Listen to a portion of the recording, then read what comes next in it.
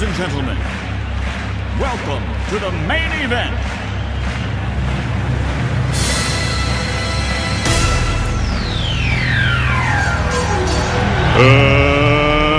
Let's get ready to rumble!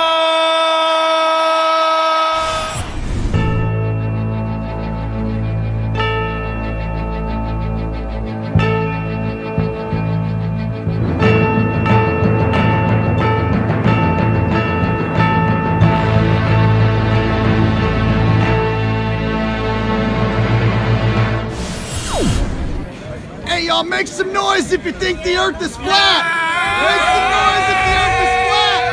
Make some noise! If you think NASA's full of shit, make some noise! Make some noise if you think the Earth is flat! Make some noise if you think NASA's full of shit! Make some noise if you think the Earth is flat! Make some noise if you think NASA's full of shit! If you think the Earth is flat, make some noise! If you think NASA is full of shit, make some noise! If you know damn well no one ever walked on the moon!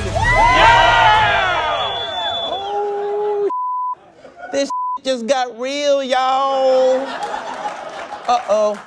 I'm gonna tell you, looks like we've got ourselves a code red science emergency. So I'm gonna have to do something I rarely do. I gotta hit the science panic button.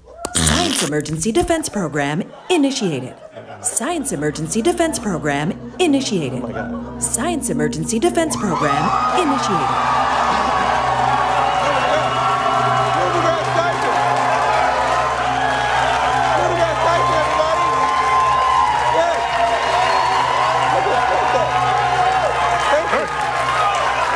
I'm trying to eat my dinner. I got your distress call. Is everything okay? No, Neil, everything is not okay. This BS about the Earth being flat is getting out of control. Can you please help us? All right, hold my sandwich. Oh, sure. Okay. I'm sorry. Here, you take that. Here. You want? Oh my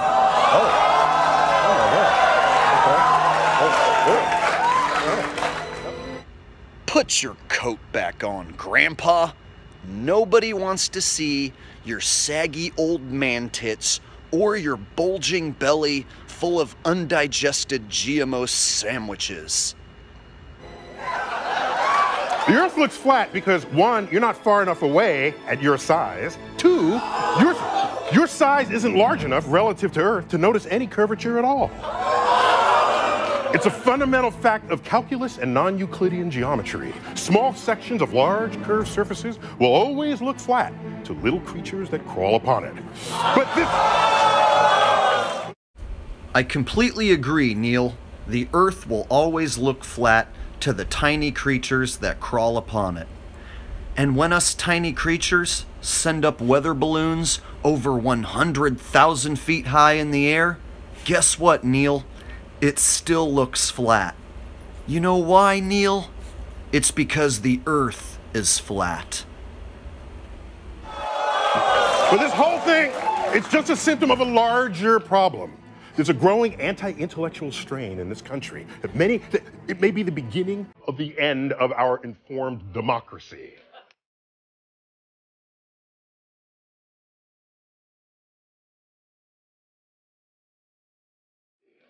Of course, in a free society, you can and should think whatever you want. And if you want to think the world is flat, go right ahead. But if you think the world is flat and you have influence over others, as would successful rappers or even presidential candidates, then being wrong becomes being harmful to the health, the wealth, and the security of our citizenry. Discovery and exploration got us out of the caves, and each generation benefits from what previous generations have learned. Isaac Newton, my man, said, if I have seen farther than others, it's by standing on the shoulders of giants. I get an amen. Woo.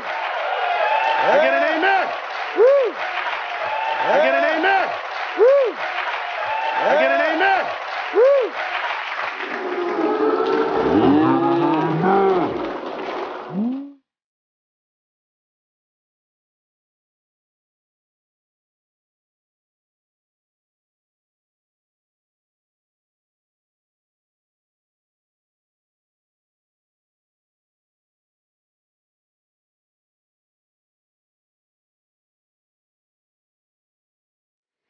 When you stand on the shoulders of those who came before, you might just see far enough to realize the earth isn't flat. And by the way, this is called gravity. The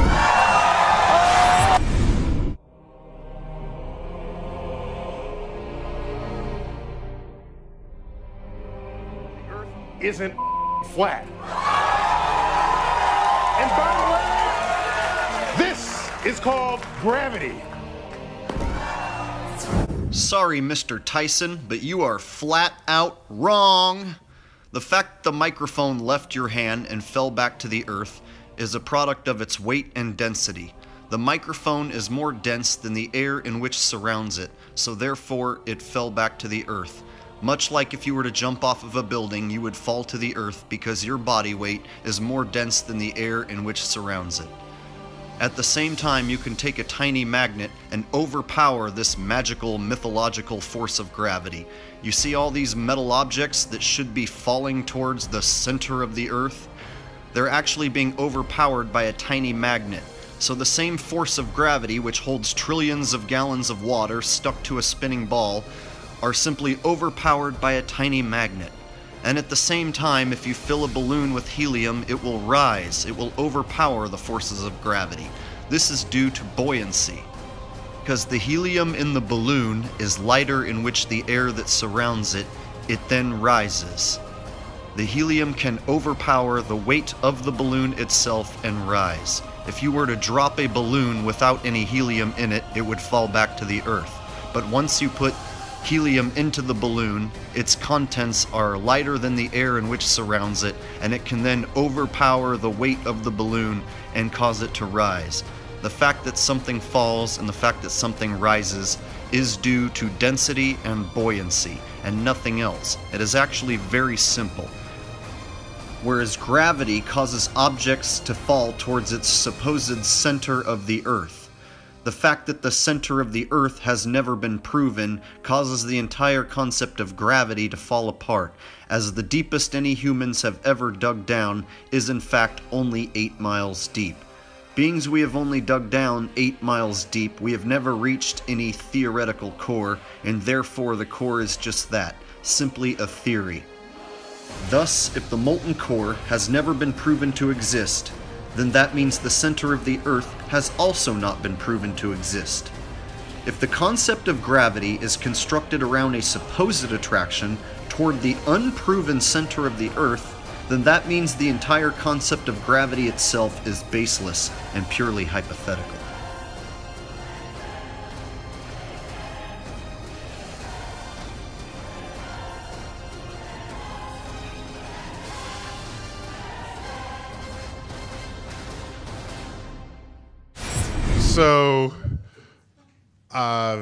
So you spin, when you spin pizza dough, it kind of flattens out. Yeah. Gets wider in the middle. And so Earth, throughout its life, even when it formed, it was spinning. And it got a little wider at the equator than it does at the poles. So it's not actually a sphere. It's oblate. And officially it's an oblate spheroid. That's what we call it. But not only that, it's slightly wider below the equator than above the equator. A little chubbier. A little chubbier. Yeah. Chubby's a good way. It's like pear-shaped. Pear-shaped. Pear-shaped. Pear-shaped.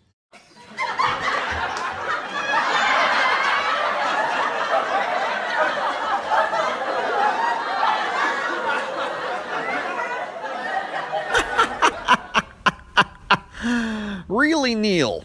Pear-shaped, huh? Pear-shaped. Bulging. I don't see any bulges. I don't see any pear-shapedness, do you? In fact, if you were to measure each one of these circles, you would see that they are perfect circles. No bulging, no oblateness, no pear-shapedness whatsoever. In fact, just about all the images that I've ever seen were perfectly round circles, Neil. The only one who ever brought up the Earth being anything other than a sphere is you. The only person I've ever heard call the Earth a pear or an oblate spheroid was Neil deGrasse Tyson. Before that, no one ever said that in my whole life that I had ever heard. Until Neil said it. Funny thing is, when I go to Google Earth, it's a perfect circle too. So where does this bulging actually begin and end? Where does it take place? Does it only take place on the magical pear in your mind, Neil? Because none of the images that we've been shown have any oblateness or bulging or pear-shapedness whatsoever. So maybe you should get your eyes checked, Neely boy. How do we know the Earth is not flat?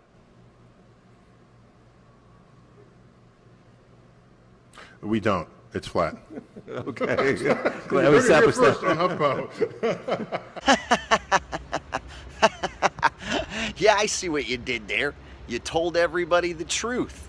You know it's flat. I know it's flat. He asked you if it's flat, and you told him it's flat. Now you're going to do that thing where you say you're just kidding and that the Earth is actually round because you're a professional actor. But you and I both know it's flat, and that's why you just told everybody the truth in plain sight that it's flat, because it's flat. So, no, here it is. If you are small, as we are as humans, and that is the entirety of your, and that is the source of your understanding of the world in which you live, then of course the world looks flat. That's not any different from being a child watching television and is presuming that the people you see on TV know you. They don't know me. Well, if you're a little child, you think they do know you, because you are the center of your own universe. That last statement fell about a mile short of making any sense whatsoever, Mr. Tyson. Now, when we use our senses that we were created with, we can see that the horizon is horizontal. Think of that. Horizon, horizontal. They don't call it the curvizon, do they? That's because no matter how high you go, the horizon is always flat and horizontal, and it rises with you to your eye level. This would be impossible if the Earth was a sphere or an oblate spheroid or a pear. Because if the Earth was indeed a sphere, an oblate spheroid, or in your case, a pear, that means as you gained altitude, you would have to look downward in order to see the horizon. However, this does not match our everyday experiences. If we were to get in a hot air balloon together, Neil, and we were to go up there, the horizon would be flat and level. Hey, speaking of level, have you ever been to the ocean, the sea? They call it sea level for a reason. They don't say sea curve, do they? In fact, it doesn't matter whether you're at sea level or on top of Mount Everest. Whether you're looking out the window of an airplane, or if you send up a balloon 100,000 feet above the Earth, that horizon is flat. Hard evidence that the Earth is not curving in any way. Not the same as a child thinking they know someone on TV. Oh, and look, what's that? That's a hot spot, folks, on top of the clouds made by the sun. That means the sun is very close, not 93 million miles away. But we'll get into that later.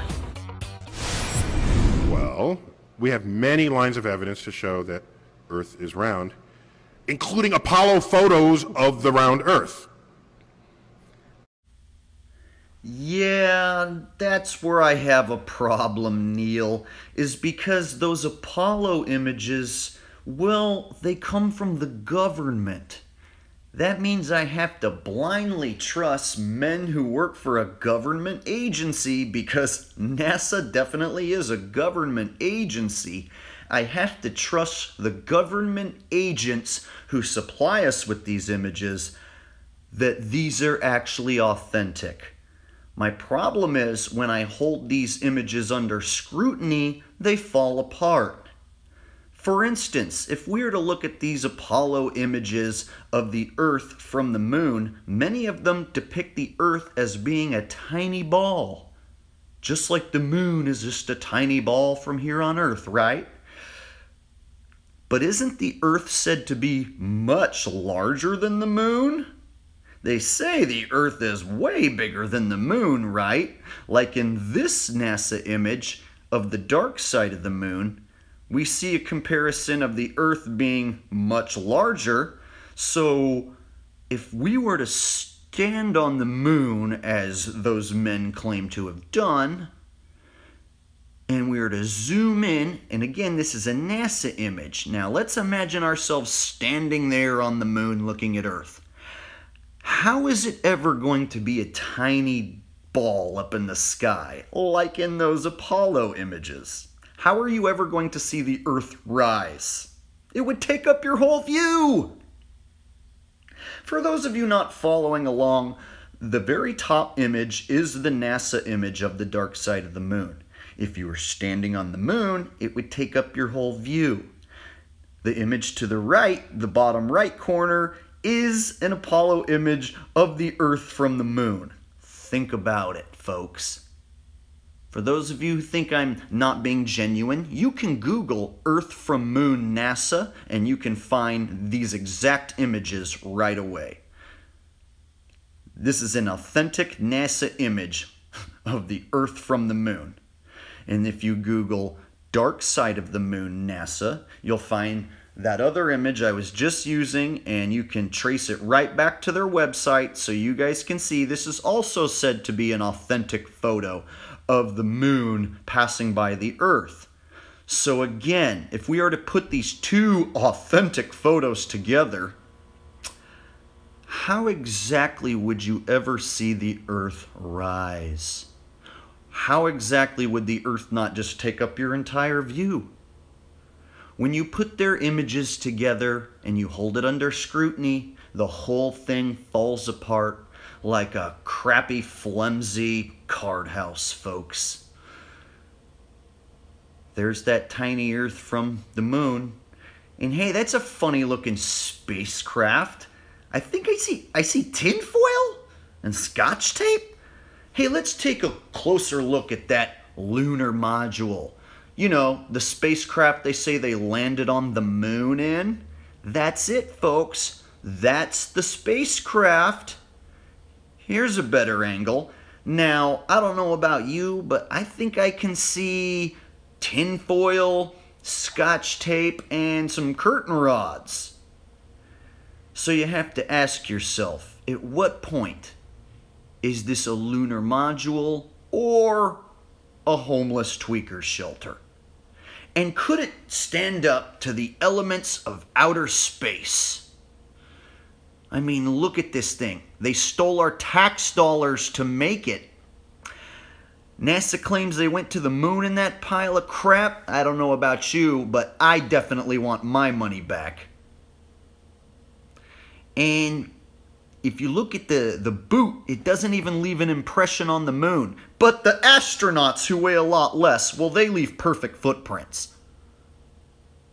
They say that the module weighed about 10,000 pounds, but it didn't leave an imprint, a blast crater, and no dust settled on the boot whatsoever.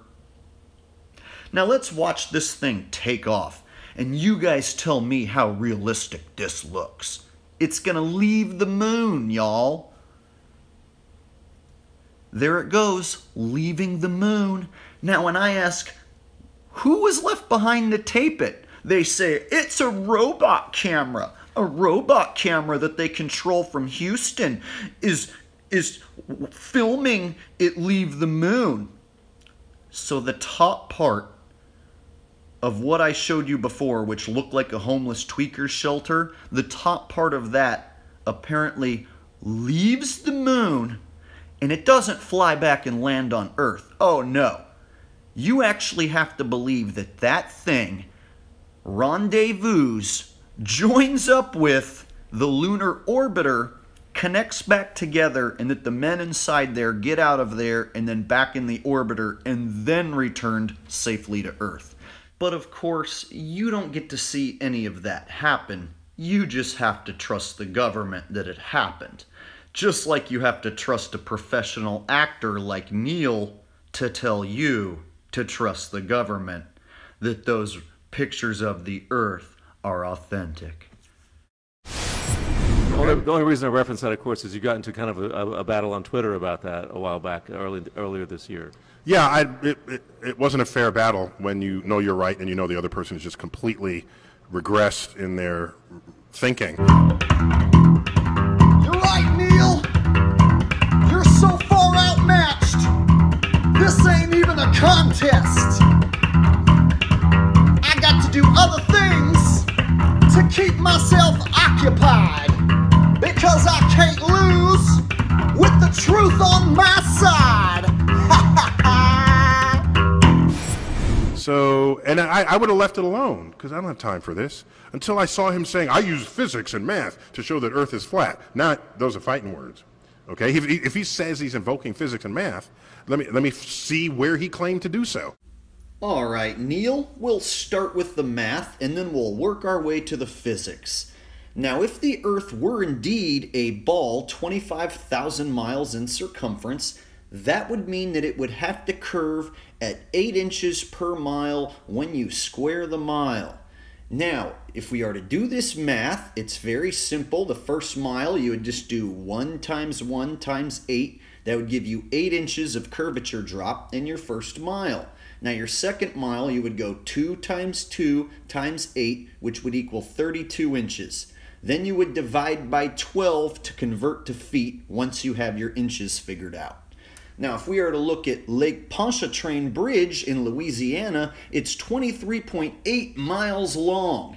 Now, for a ball 25,000 miles in circumference, this bridge would have to have 377 feet of curvature drop in it. However, it's flat and level and no curve is anywhere to be seen. Go to Louisiana and drive across it yourself. You'll see it's totally flat.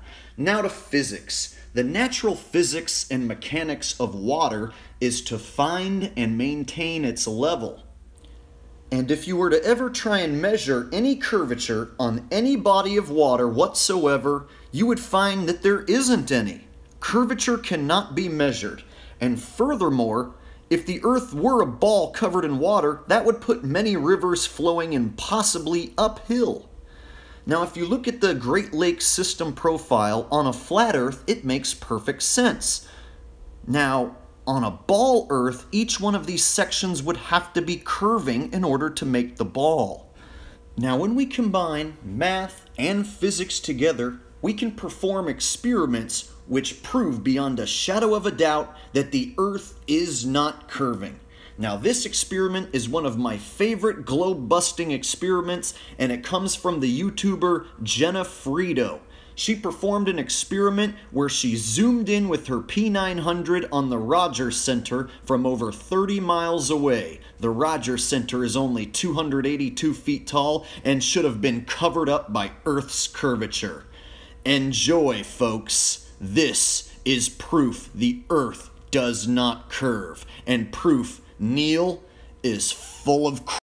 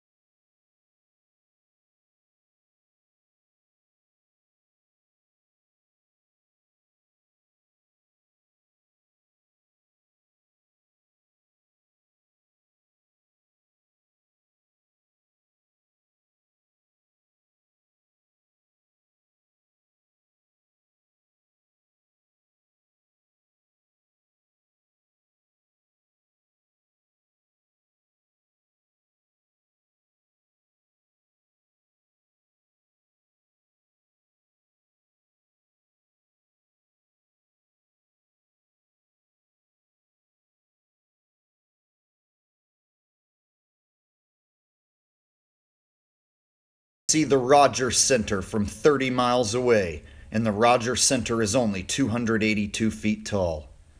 I want to thank Jenna Fredo for performing this experiment. You debunked the globe, Jenna. Congratulations. So how do we know the Earth is not flat?